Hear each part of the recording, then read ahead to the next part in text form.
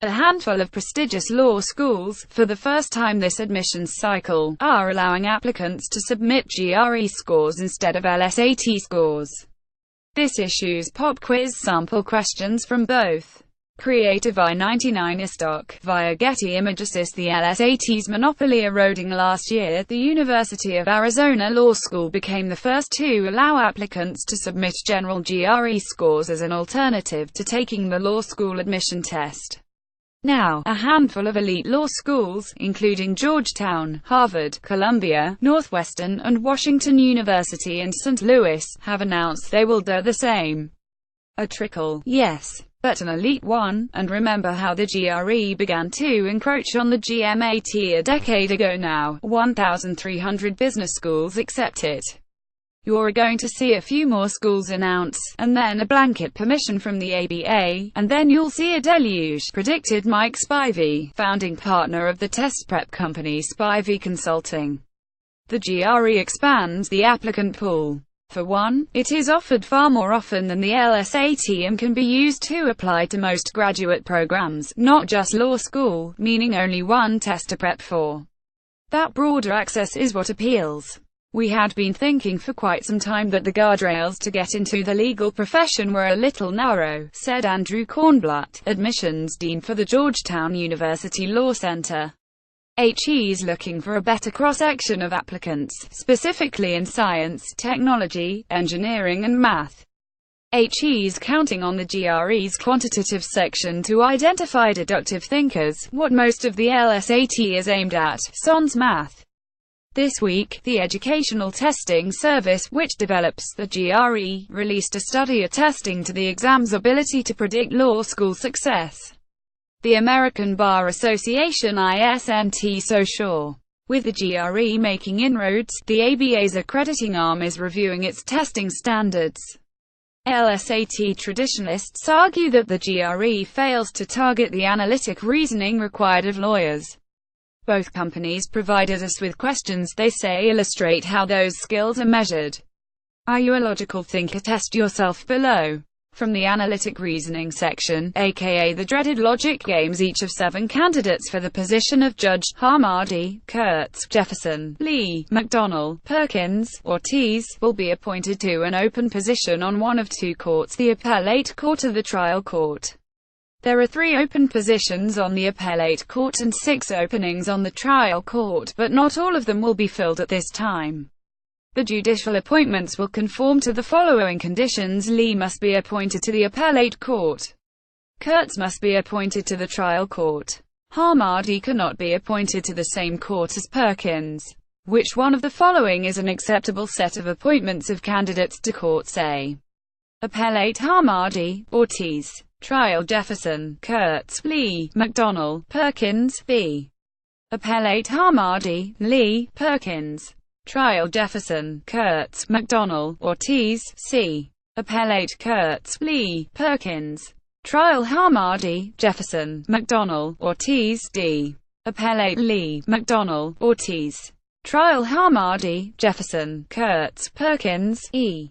Appellate Lee, Perkins. Trial Harmady, Jefferson, Kurtz, McDonnell, Ortiz. Which one of the following cannot be true? A. Harmady and McDonnell are both appointed to the appellate court. B. McDonnell and Ortiz are both appointed to the appellate court. C. Ortiz and Perkins are both appointed to the appellate court. D. Harmady and Jefferson are both appointed to the trial court. E. Ortiz and Perkins are both appointed to the trial court. Which one of the following cannot be true? A.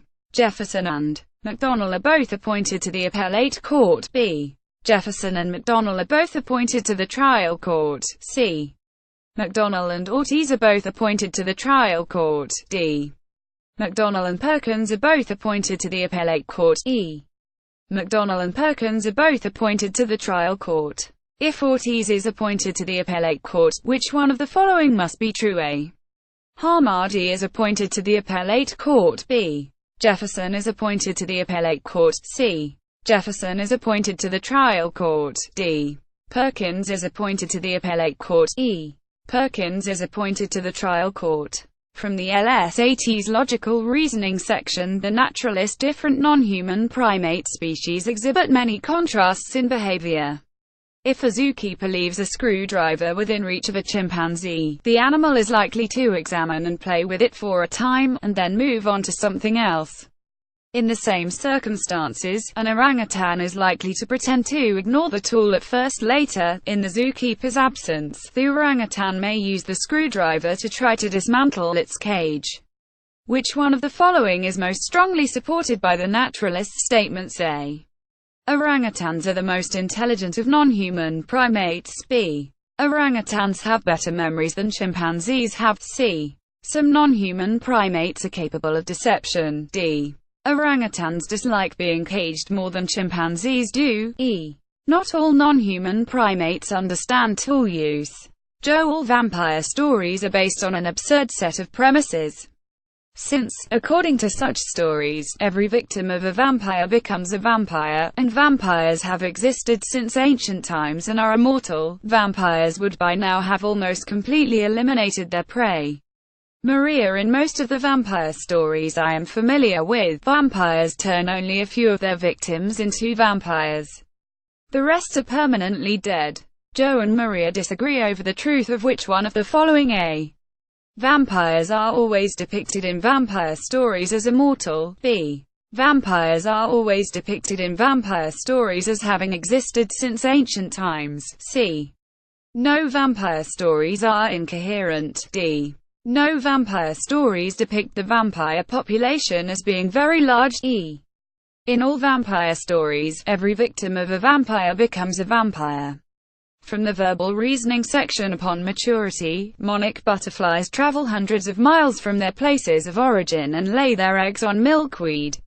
The caterpillars that emerge feed on milkweed and absorb the glycosides in milkweed sap. The specific glycosides present in milkweed differ from region to region within the monarch butterfly's range. Mature butterflies retain the glycosides they absorb as caterpillars. Clearly, therefore, the glycosides in a mature monarch butterfly could be used to determine its place of origin.